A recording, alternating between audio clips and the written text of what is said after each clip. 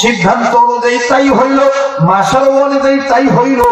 মুরব্বী সাহাবী জানাজার ইমামতি করবে, লাশ সামনে নিয়ে আল্লাহু আকবার বলে নিয়ত বাঁধবে। হঠাৎ করে পিছনে 4 নম্বর কাতার থেকে কয়েকজন যুবক ডাক দিয়ে কয়, উপরে তাকায় দেখেন, উপরে তাকায় দেখেন, পরে নিয়ত বাঁধেন। এবার উপরের দিকে নজর করে দেখে গেল বিশাল আকৃতির একটা হলুদ রঙের পাখি। আমার ভাইরা টানা নাড়াইয়া নাড়াইয়া কেমন জানি উপর থেকে নিচে নামতেছে। সবাই ডাক দিয়ে বলে, কেউ এখন নামাজ জানাজার নামাজের, কেউ জানাজার নামাজের জন্য এখন নয়, যে যেখানে আছেন ওখানে থাকেন, দেখি পাখিটা কোথায় যায়। তবে সমস্ত বান্দার কানে আওয়াজ আসতেছে, ফাদখুলি ফি ইবাদি ওয়াদখুলি জান্নাতি। ফাদখুলি ফি ইবাদি ওয়াদখুলি জান্নাতি। আই বেদাতাল হিফজ কুরআন শতর যায় শাদি নিস্তে দুনিয়া শতর। আল্লাহু আকবার। মুসলমান ভাইরা আমার, ব্যাপার কি পাখির জবান থেকে কোরআন তেলাওয়াতের আওয়াজ, দেখি তো পাখি কোথায় যায়। কষ্ট হচ্ছে? এবার পাখি নামতে নামতে নামতে নামতে নামতে সমস্ত সাহাবীরা যার যার মতন চলে গেছে। কিন্তু বাজানো এবার পাখিটা ডাইরেক্ট ড্রপ দিয়া একেবারে সাহাবীর বুক বরাবর লাশে উগড়ে নামলো। যুবক কিছু মানুষ তরবারি বের করে আনসার সাহাবীরা বললেন, জলদি করে হুকুম দেন, এই পাখিটার কত বড় সাহস, লাশের বডির উপর বইছে, এরে কল্লাটা আলাদা করি। মুরব্বী ইমাম বলতেছে, না না না, মাথা গরম করা যাবে না, পাখিকে পাখির কাজ করতে দাও। এবার বাজান বডির উপর বসিয়া এবার সবাই তাকায় হইছে। পাখি ডাইনে যায় না, বামে যায় না, সরাসরি বুক বরাবর মুখের কাছে যায়। হাঁটি হাঁটি পা পা করে পাখির সামনে গেল। কি আশ্চর্য ঘটনা! সাহাবীর কাফনের কাপড়ের বাঁধন যেখানে, পাখি নিজেই নিজে ঠোক দিয়া এই কাফনের কাপড় সরাইতেছে। সাহাবীর মুখটা বের হলো, মুখমণ্ডল বের হওয়ার পর এই পাখিটা আরো আগায় গেল। আগায়া যাইয়া নিজের চিকন দুইটা ঠোঁট এই সাহাবী আব্দুল্লাহ ইবনে আব্বাসের ঠোঁট বরাবর লাগাইলো। ঠোঁট বরাবর লাগাইয়া চিকন জিহ্বাটা বের করে দিয়া, মানুষ যেমন বাবা যেমন সন্তানদের চুমা দেয়, এইরকম ভাবে আমার ভাইরা পাখি সাহাবীকে চুমা দিতেছে ঠোঁটের সাথে ঠোঁট লাগাইয়া। পাখি এবার উচ্চ আওয়াজে মানুষের ভাষায় তেলাওয়াত করতেছে, ফাদখুলি ফি ইবাদি ওয়াদখুলি জান্নাতি। ফাদখুলি ফি ইবাদি ওয়াদখুলি জান্নাতি। আল্লাহু আকবার। এবার বন্ধুরি, পাখি যখন এইভাবে চুম্বন দিয়া কোরআন তেলাওয়াত করে, সবাই থরথর করে কাঁপতেছে আর বলতেছে, আল্লাহ এমন কি আমল করছে এই বান্দা, যে আমল করার কারণে পাখির দ্বারা তুমি জান্নাতের সুসংবাদ দিয়ে দিবা। আল্লাহু আকবার। আল্লাহ তুমি জান্নাতের সুসংবাদ দিয়ে দিবা। মুসলমান বাইরে কোনো লম্বা না। এবার পাখিটা যখন সুন্দর করে ঠোঁটের মধ্যে চুমা দেওয়া শুরু করলো, কোরআন তেলাওয়াত করা শুরু করলো, হঠাৎ করে পাখি এবার মানুষের মতন মাথা উঁচু করে লম্বা করে আওয়াজ দিয়ে বললেন, আল্লাহু আকবার। আমি তোমাদেরকে বলতে চাই, তোমরা তোমাদের কাজ সম্পাদন করো, আমি আমার সাথে দেখা হবে তার কবর। এবার সবাই জানাজার নামাজ কমপ্লিট করলেন। জানাজা পড়ার পর সম্মিলিত ভাবে সবাই গেলেন কবরের কাছে। কি আশ্চর্যজনক ঘটনা! আমার বন্ধুগণ মুসান্নিফগণ লেখেন, আমার বাইরা কিতাবের মধ্যে পাওয়া যায়, আল্লাহ নবীর সাহাবী কবরে যাইয়া কবরে মাটি দিবি। কিন্তু কি আশ্চর্যজনক ঘটনা! জানাজার নামাজের সময় দেখছে একটা পাখি, এখন কবর ভর্তি খালি পাখি আর পাখি, পাখি আর পাখি, হাজার পাখি। সমস্ত পাখিগুলির রূপ এত সুন্দর। এবার সাহাবীরা ডাক দিয়ে বলতেছে, তোমাদের আসল পরিচয় কি? পাখিগুলি ডাক দিয়ে বললেন, আগে কবরে রাখো, আমাদের মেহমানকে কবরে রাখো। এবার বাজান কবরে রাখা হলো। এবার একজন সাহাবী ডাক দিয়ে বলে, তোমাদের আসল পরিচয় কি? পাখিগুলি ডাক দিয়ে বলে, আল্লাহ পাক আমাদেরকে পাঠাইছে। কেন পাঠাইছে? বলে এটা এমন একটা বাবা সন্তানকে না দেখে আল্লাহর গোলাম বানানোর নিয়ত করছে। মনে আছে কথাটা? বিবিরে বলছে আমার এই ছেলে হবে না মেয়ে হবে, মেয়েকে মেয়ে হোক আর ছেলে কোরআনের খাদেম বানাইবা। সন্তানকে না দেখে আল্লাহর গোলাম বানানোর নিয়ত করছে, দিন শিক্ষার নিয়ত করছে। যার কারণে আল্লাহ আমাদেরকে পাঠায় দিয়েছে, আমরা তার কবরে আসছি তাকে পাহারা দেওয়ার জন্য। সাহাবী ডাক দিয়ে বলেন কতদিন থাকবা? বলে জান্নাতে না যাওয়া পর্যন্ত। আরো বড় বলেন সুবহানাল্লাহ, আবার বলেন সুবহানাল্লাহ। এবার ডাক দিয়ে বলতেছে একটা কথা জিজ্ঞাসা করতে চাই, তোমাদের সংখ্যা কতগুলি? এবার পাখিগুলি ডাক দিয়ে বলতেছে কোরআনের আয়াতের সংখ্যা যত আমাদের সংখ্যা তত, কোরআনের আয়াতের সংখ্যা যত আমাদের সংখ্যা তত। ভাই লম্বা নয়। এবার দেখেন কি হইল, সাহাবীরা ডাক সেজদায় পড়ে গেলেন, আল্লাহকে ডাক দিয়ে বললেন আল্লাহ আল্লাহ গো, আমাদের প্রত্যেকের কবর এরকম জান্নাত হবে কিনা?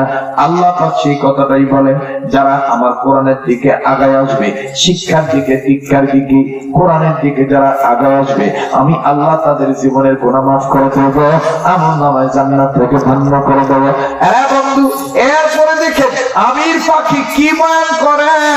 ভাবার আমি আপনাদেরকে শোনাবো বলবো, মনে আছে কিনা জানি না। মুসলমান বাইরে আমি আপনাদেরকে সংক্ষিপ্ত ঘটনা থেকে এই কথাটা বলতে চাই, এখনো তাদের সন্তান আছে, এই সন্তানগুলোকে ছেলে হোক মেয়ে হোক দিনী শিক্ষা শিক্ষিত করো। রাজি আছি কারা কারা? দু হাত তুলে আল্লাহকে দেখো, নারায়ে তাকবীর। এই পোড়া কপাইলা এতক্ষণ বসে থাকলি আর আমার সাথে মোনাজাত না করে চলে যাবি, এটা হতে পারে না। এই হাতটা দিয়ে প্রতি বছর হাত নামান, এই হাতটা দিয়ে প্রতি বছর কাবা ধরি, এই হাতটা আল্লাহ ওয়ালাদের হাতের সাথে লাগানো। আমাকে মিসমিরির কথাটা শেষ করতে দেবো নাকি দোয়া করে দেবো? কথা বলে না, বলবো না, শেষ করে দেবো। একটু জোরে বলেন আল্লাহু আকবার, আবার বলেন আল্লাহু আকবার। বন্ধু কোরআনের পক্ষে থাকলে বান্দারে হেফাজত করবে কে? আল্লাহ। আবার বলেন কে? মুসলমান ভাইরা রে আমার খুব খেয়াল করে কথাগুলি শোনা চাই। হাকিমুল উম্মত আশরাফ আলী থানভী রাহমাতুল্লাহ একটা ঘটনা লেখেন। এক বান্দা আমার ভাইরা স্বপ্নে দেখেন, মুসলমান ভাইরি স্বপ্নে দেখতেছে তার বাবাকে কবরে আগুন আযাব দিবে। হঠাৎ করে স্বপ্নে দেখতেছে কবর থেকে আগুন বের হইতেছে, সাপ বের হইতেছে, কিন্তু কিছু ধরনের মৌমাছির মতন কিছু পশু যাইয়া, কিছু পতঙ্গ যাইয়া, কিছু প্রাণী যাইয়া ওই গর্তগুলি আটকায় দেয়, সাপকে ঢুকায় দেয়, আগুনকে ঠেকায় দেয়। দৌড়াইয়া হযরতের কাছে আসে, হযরত আমি দেখলাম এইরকম সমস্যা, আমার বাবাকে সাপে কামড়াবে, আমার বাবাকে আগুনে ধরবে, কিন্তু কিছু কিছু প্রাণী যাইয়া ওই আগুনের গর্তগুলি মুখগুলো বন্ধ করে দেয়।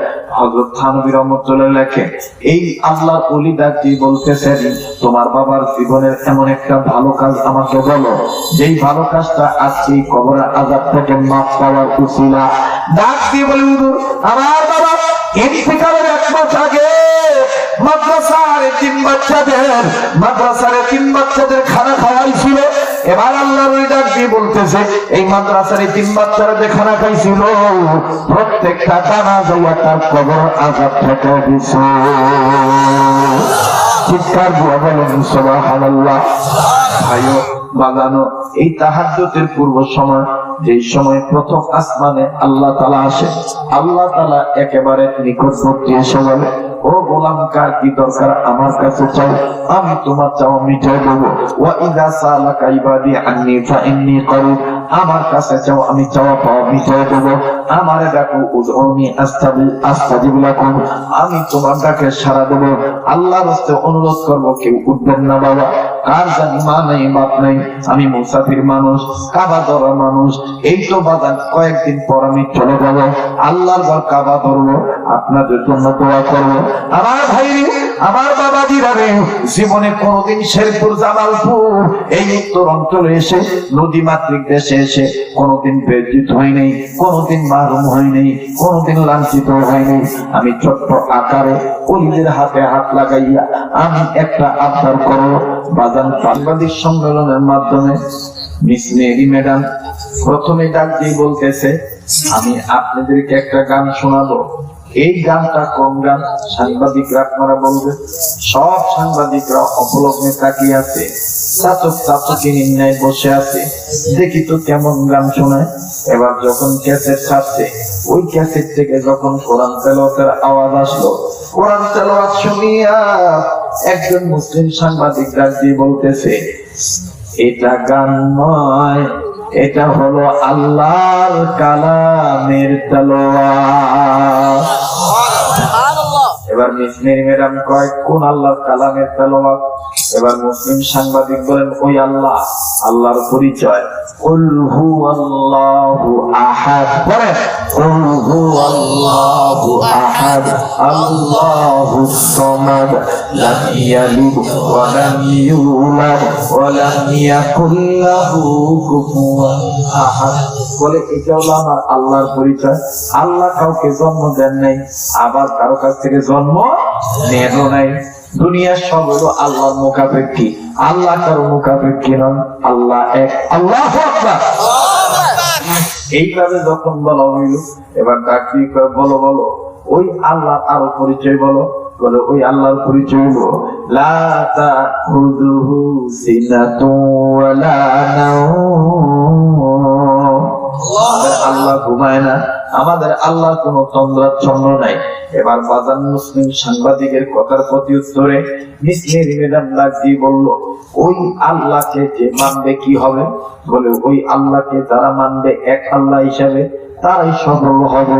ইয়া আইয়ুহান নাসু কুলু লা ইলাহা ইল্লাল্লাহু তুফলিহুন। যারা আল্লাহকে এক আল্লাহ মানবে তারাই সফল হবে। এবার ডাক দিয়ে বললেন, ওই আল্লাহ পাকের কালাম, এই কালামের বাড়ি কই? ডাক দিয়ে বলে, কালাম দুনিয়াতে আসার আগে ছিল লাউহিম মাহফুজ। লাউহে মাহফুজ এই কোরআন ছিল। বলে, এই কোরআনের কোন নাম আরো নাম আছে নাকি? বলে, হ্যাঁ, কোরআনের আরো নাম আছে। এই কোরআনের আরো অনেক নাম আছে। বলে, এই কোরআন কি শুধু তোমাদের জন্য নাকি সমগ্র মানব জাতির জন্য? মুসলিম সাংবাদিক আলেম মানুষ বলল, হাযা বায়ানুল লিন্নাস। এই কোরআনের ওয়াজ সমগ্র মানব জাতির জন্য। বলে, এই কোরআন শুনলে কি হবে, মানলে কি হবে? বলে, এই কোরআন শুনলে এবং মানলে আল্লাহ তাআলা হেদায়েত দিয়ে দিবে। বলে, এই কোরআন ধরার কি কোনো নিয়ম আছে?